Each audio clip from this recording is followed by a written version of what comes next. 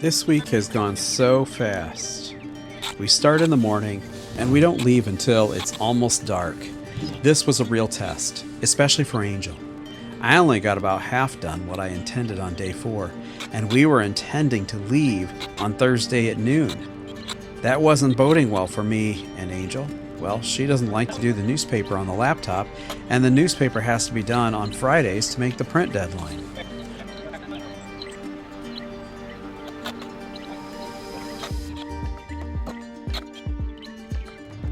If you haven't done so, be sure to comment, subscribe, and share this video series.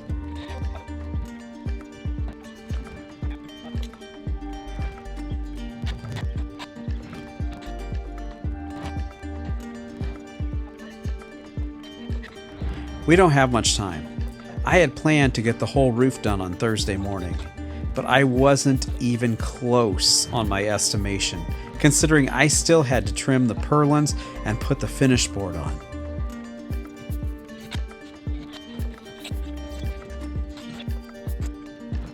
Before we get too far into this week's episode, I want to follow up on something I said in the last video.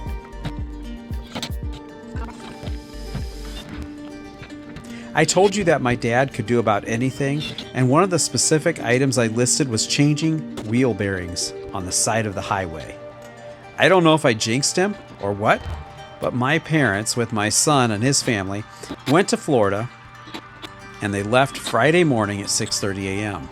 They got off to a good start, but wouldn't you know it, before they reached Indianapolis on I-69, somebody pulled up beside him and motioned that there was a problem with their wheel. Dad had heard a loud funny noise, but nothing more, and didn't think much of it until the person gestured that there was a problem. Luckily they pulled over, and the wheel had been on fire.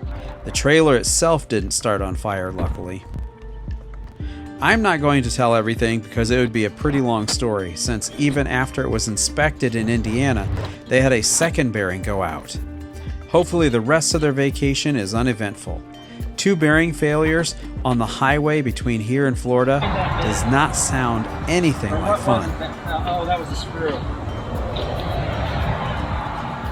I felt like all I did was follow Bryce around and pick up screws. Okay. I gotta try and grab these boards.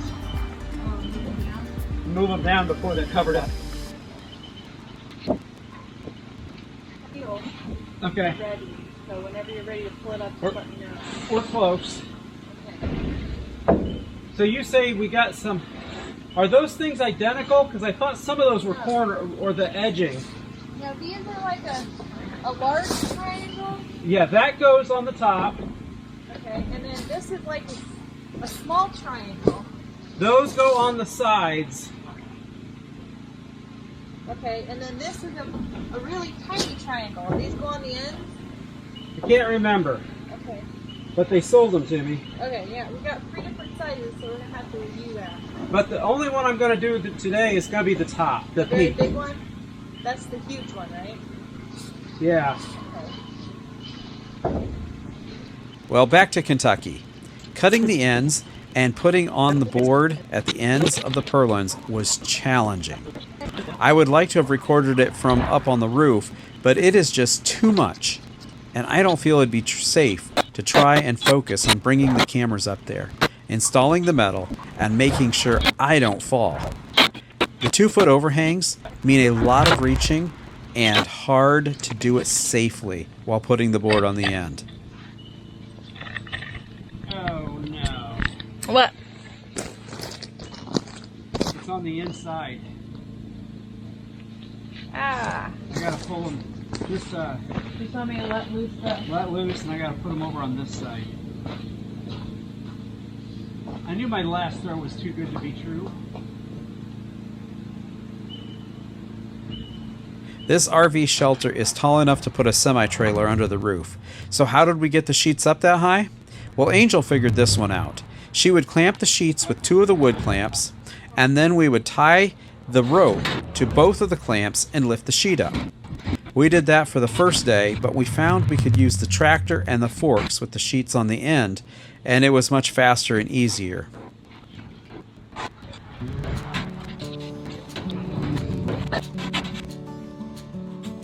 One trick I learned a while ago was to use wood clamps, and I use them on everything. That way I don't have to hold the board in place, the screw, and apply the pressure to the impact driver. It's just too much, and that is where the wood clamps make sense. I can put a temporary board up on with the clamps, set the end board, let it rest in place, and then screw the 2x4 where it belongs.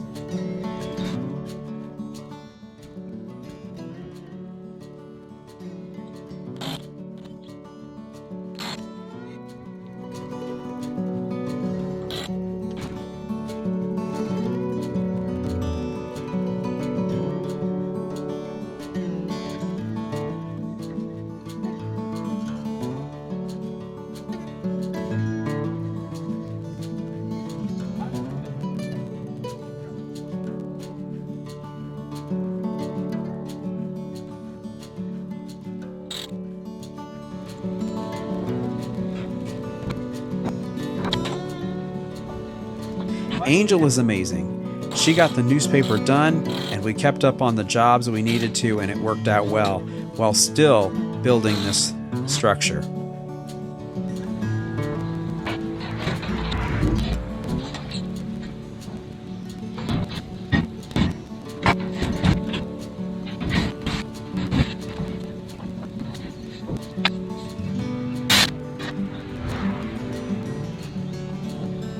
We kept up on the ridge cap too. The ridge cap is a finishing touch over the peak that covers both sheets of each side.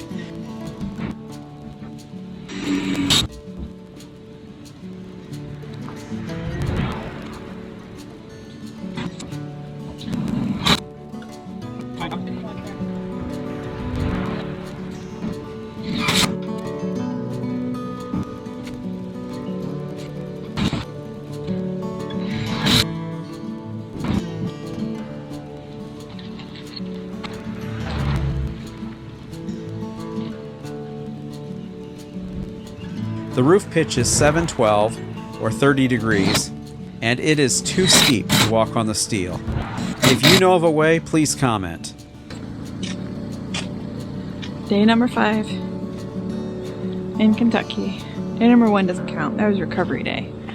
Because traveling day was crap. But God saw us through.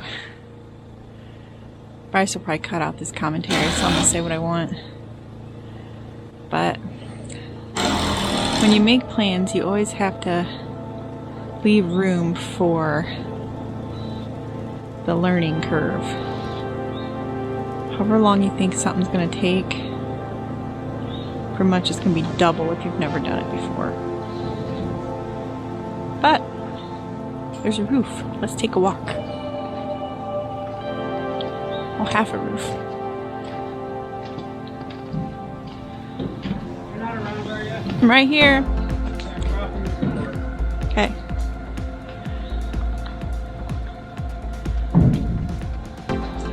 Only a couple holes, but it's patchable. It's fine. He dropped stuff on me all day today. Huh?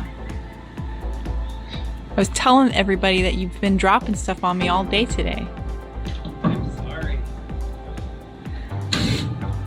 Bits, drivers, clamps. Lots of nails, screws. Lots of screws.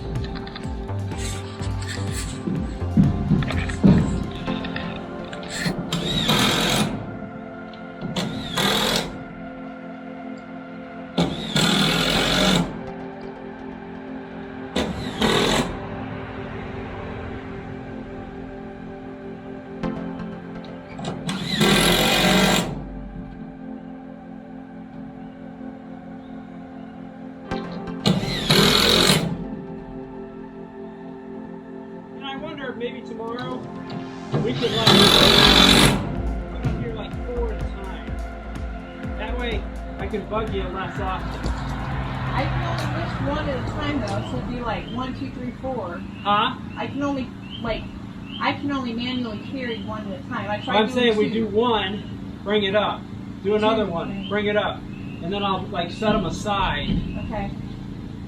Well, then move them over as I need them. Okay. I think, maybe. Does this big battery need to be put in the truck, or what's it doing? It's fully charged. Okay. It's just big, and I didn't want to carry it up here.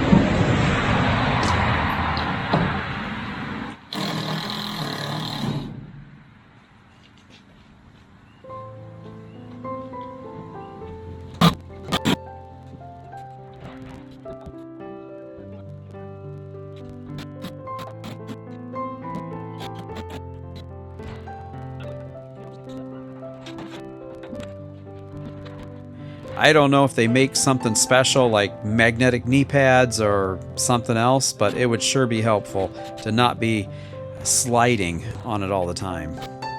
I was able to scoot back and forth using my hands and thighs on the peak itself, and this way I was able to get the ridge cap in place and screwed on. Moving like that sure can make your muscles sore. I've never done anything like this, but hey, you gotta learn sometime.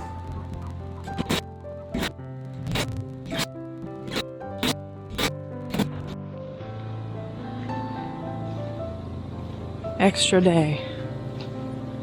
Getting her done.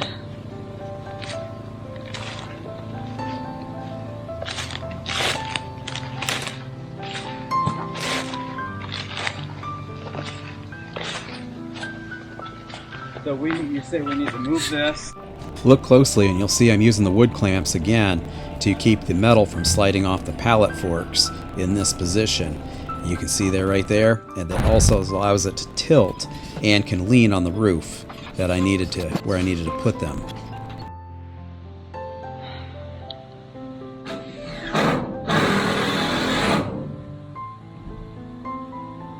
I've never seen him work so hard in my life. He is amazing.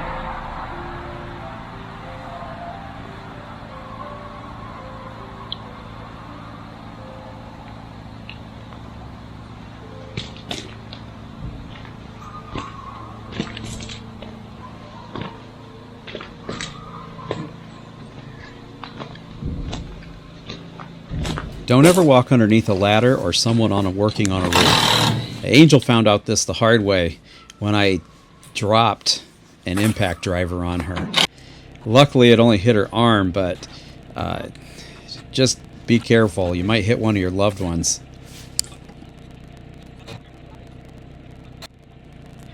By late afternoon Friday, our neighbor Sean came over and gave me a hand. Like I said earlier, we were supposed to leave Thursday afternoon, and now it's approaching Friday evening. There was no way that Angel was going to let us stay on Saturday. We were already a day over.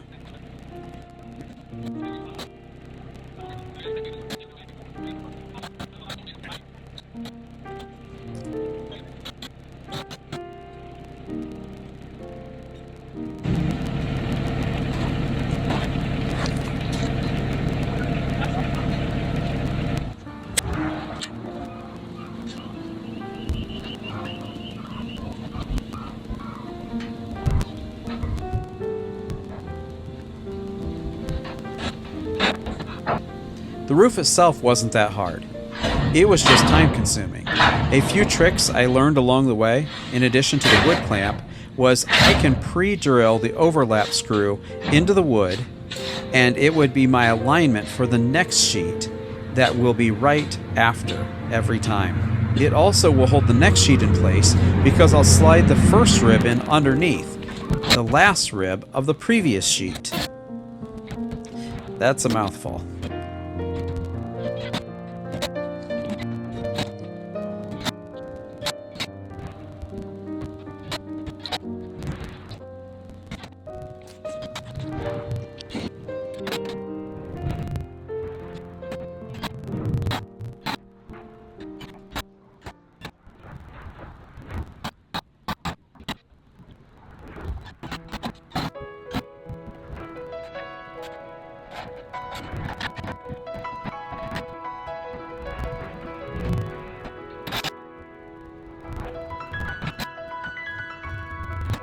One thing that I am working on right now while I'm up north is to figure out how, without building scaffolding, to finish the last section.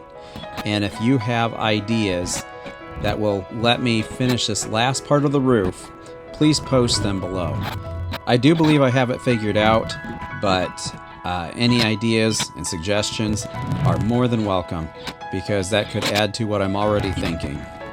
It wouldn't be a problem if the roof wasn't so steep, and being metal, it just makes it too slippery to be on the part that's already finished while I'm attaching that last set of panels.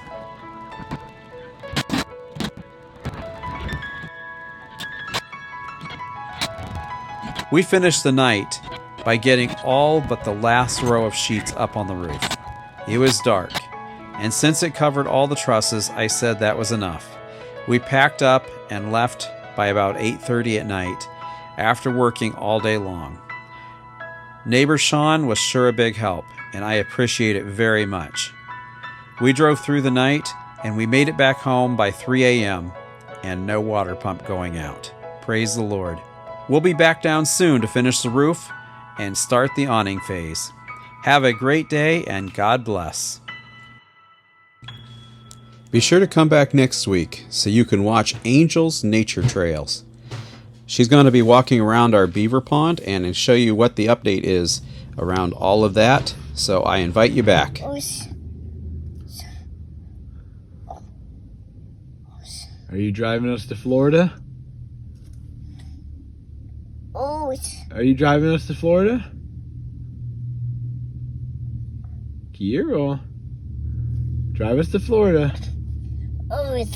Yeah. Beep.